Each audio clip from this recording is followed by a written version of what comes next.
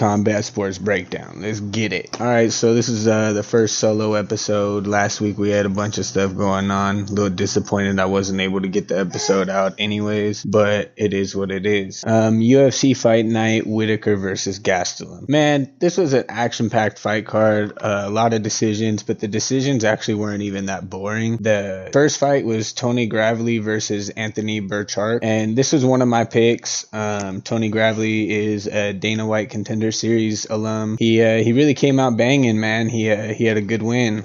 Liked the fact that he got the early knockout. Made for a fun, exciting first fight. On to the next one. The second fight got canceled, so the next one ended up being Austin Hubbard versus Dakota Bush. I like Austin Hubbard. He's really got a lot going for him right now. He was 2-3 in the UFC going into this fight, so much needed win for him as well. I think he really needed to just prove that he was a good, I don't want to say like contender, but he needed to prove that he had that UFC drive in him, I guess we should say. Dakota Bush, I was really impressed with him. He won his previous fight with a head kick, so those are always exciting. He did only have an 8-2 record going into this fight, so fairly new into his career in professional fighting. Don't really think there's anything wrong with a loss at this point in his career. Had a lot to learn. He did go to a decision with Hubbard, so that was pretty cool. We had Bartosz Fabianski versus Gerald Meerschaert, and between them and the first fight, it got the card going. Meerschaert had a tight guillotine on him. Quick. He threw it in, and Fabianski, he probably had that Polish power, and that's exactly what Meerschaert wanted to stay away from. So I'm happy he was able to get a win, because after that Hamzat loss, he really was like probably down on himself, and I don't ever want anybody to feel that way, especially in the fight game. You got to be all the way in. So I'm happy to see that he ended up turning that around.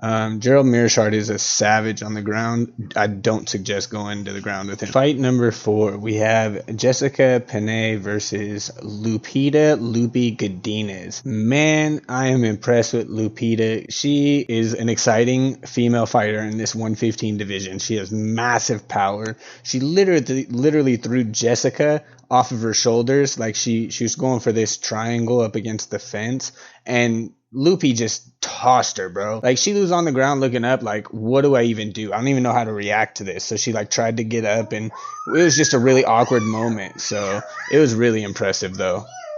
That's my daughter in the background, just in case anybody was wondering what all that commotion was. We have Alexander Romanov versus Juan Espino. And again, let's go through. I had picked Tony Gravely. I had picked Austin Hubbard. I picked Meerschaert. Picked Penae. That Penae one, they gave it to her, but I honestly scored it for Loopy.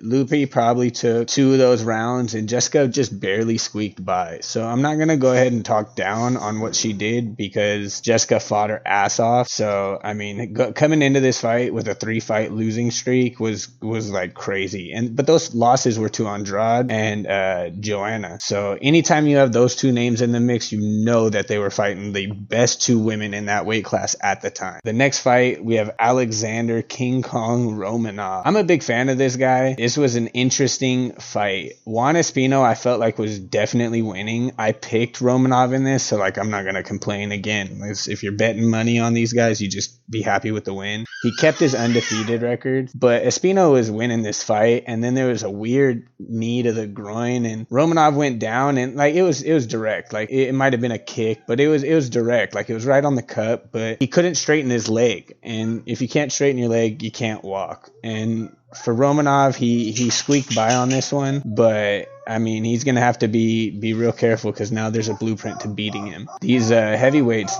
I mean, you can't really discount a heavyweight at any point of a fight, but Romanov was out. Like, I don't think he was coming back to win this fight, so he should just be happy that he got this technical split decision. So, interesting way that one ended. We have Luis Pena, man. Violent Bob Ross.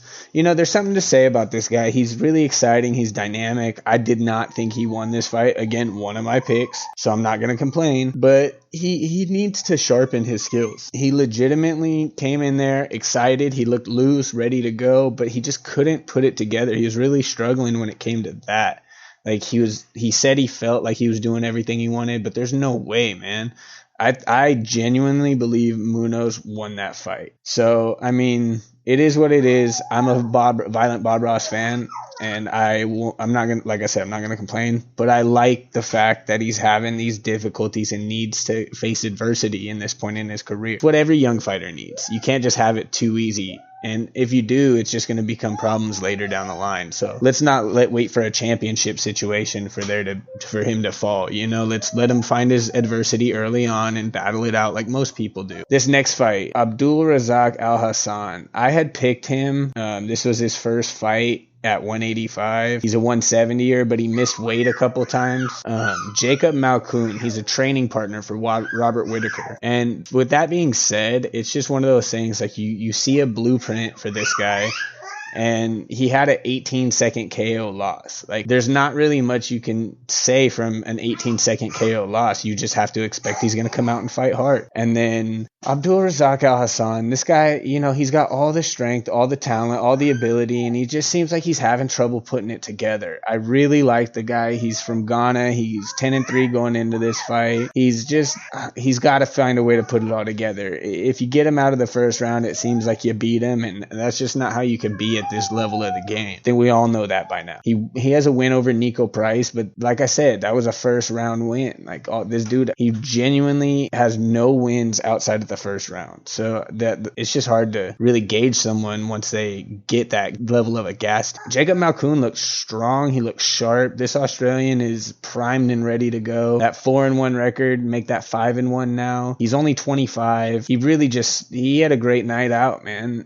Scratch that 18-second loss off the record and come back and wrestle like that, and you're going to win a lot of fights, man. You have Andrei Arlovsky in his 51st fight. This is absolutely outrageous, and he's still using the same combos he used when I started watching mixed martial arts in general, but the UFC. Andrei Arlovsky has been using the same exact combo for about 20 years now. So if you don't know the blueprint on what Arlovsky's going to do, you just haven't watched enough fight film. Chase Sherman came out. He was doing good. This was my pick. I like him, but at the same time, if you don't study up on Arlovsky, he's going to pick you apart. This guy is an adamant pro. He's been doing this for a long time, and you just can't doubt someone and then go in there and fight like Chase Sherman fought. Like, he completely counted Arlovsky out of the fight and then stepped in there and went, oh, okay, this guy at 42 years old has 50 pro fights and I'm in here. Like, oh shit. So that's not really much you could do for that, you know? Like, Chase Sherman probably just didn't realize until he was in there that Arlovsky is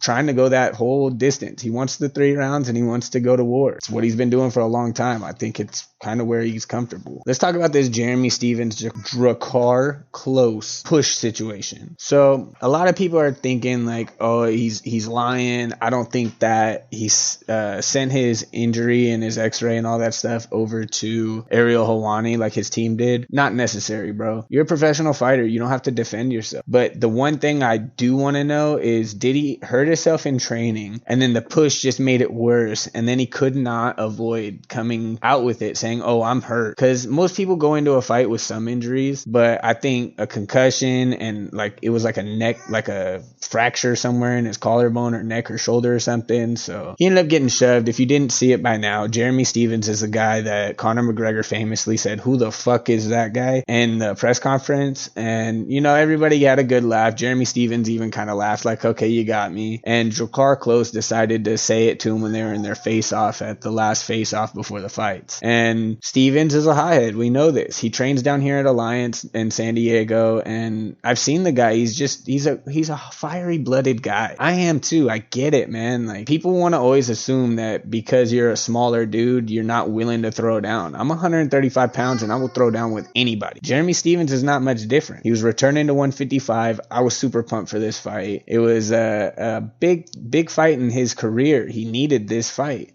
And Drakkar Close needed the step up in competition, and Jeremy Stephens is a big step up. So I don't think that's getting enough attention. I think that everybody's kind of touched on it, but let's dial in on the fact that both these guys need to fight each other. This was a big fight, and it was an appropriate fight. That leaves the main event, Robert Whittaker, Kelvin Gastelum. You know, it is what it is, man. Robert Whittaker came out, and with wins over Till and Cannonier in his last 2 fights, he kind of have a level of expectation that he's going to come out and be very, very heavy paced, and he's going to put it on you. And Gastelum, you know, give him credit.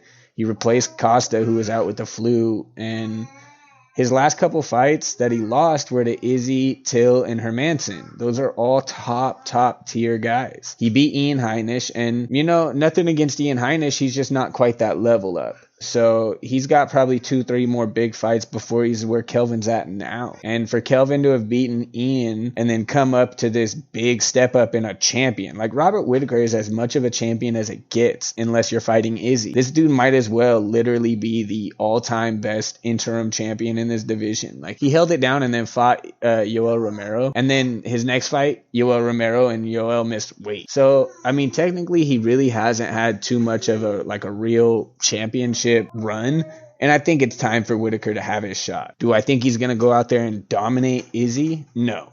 But I think Whittaker has the skill set and the bag of tools to go beat Izzy. It's going to be a tough fight, but I don't know that Izzy can do what he did again to Whittaker. Whittaker seemed like in that last fight, he was just running into Izzy's fist. Kelvin is one of those guys. His next step needs to be a very calculated one. I think Kelvin could fight Derek Brunson. He could fight Paulo Costa. He could fight Marvin Vettori. Any one of those fights would be a good fight for him. Do I think he's going to get one of those? Probably not. He might get a rematch with Hermanson. He might fight Cannonier. I don't know where his career goes, but Kelvin, he needs to string together some wins. After this loss to Robert Whittaker, though, you can definitely see that Kelvin has not only the skill set to go with the top tier guys, but he's passionate and still wants to do this. And that's what you don't want to see, is someone lose their passion for fighting and be stuck in a cage fighting. It's just not a good place to be. Some housekeeping. So we need to touch on a few things. We got 261 next week. This is going to be a short episode this week. Unfortunately, we just got a lot going on. So we're in the middle of getting mics set up. We're in the middle of getting a little studio set up. We're in the middle of getting sweaters printed up. We're just got a lot going on as a whole unit for our podcast team.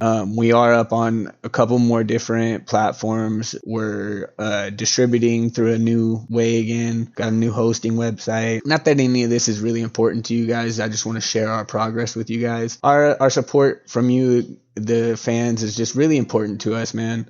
Go ahead and shout us out. Tag us on Instagram. We'll be happy to send stickers. Anybody who wants to shout us out anywhere, just let us know so we could shoot you a sticker pack. We're getting ready to be doing a giveaway here in the beginning of the summer. Probably we'll do a tank top giveaway.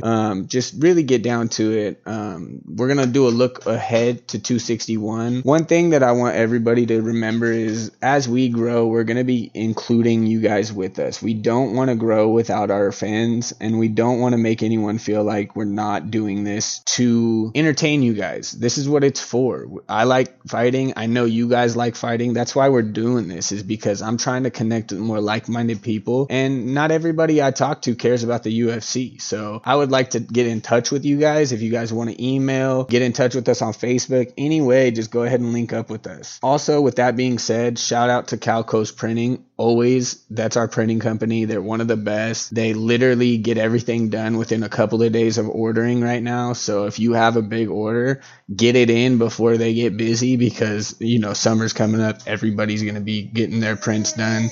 If you need stickers, buttons, anything, like we can make it all happen for you guys. Hit up Cal Coast Printing.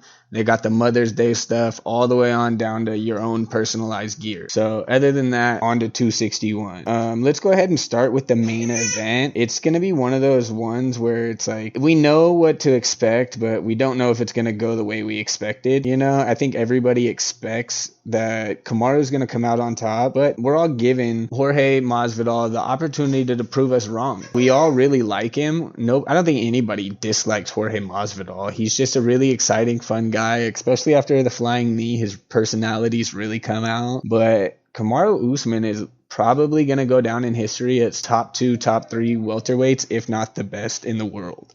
So hopefully Masvidal doesn't come back with I needed another 2 weeks, because after 18 years in the fight game, I don't think he gets another one unless Usman's not the champ. So good luck to you, Jorge Masvidal. Not counting out anything that he's capable of. He's got the hands. He's got the ability to take down defense. I just don't know, because Kamaru is that good. But with that being said, we have 2 other title fights on the menu tonight. We got Wayleigh Zhang versus Nami Yunez. This took a weird turn. It started out just like friendly competition. Wayleigh called her out after her last win. And to be honest, I don't really know the history between China and Lithuania, but that's where Rose's family's from. Apparently there's some tension there.